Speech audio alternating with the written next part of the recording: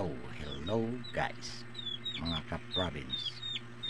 Wala akong may upload ngayon. Ito na lang, bibigyan ko kayo ng tips para mapansin kayo ni YouTube at ng algorithm. Okay, let's go. Let's go! Let's go! Let's go! Nagbabalik ako. So, ganun nga.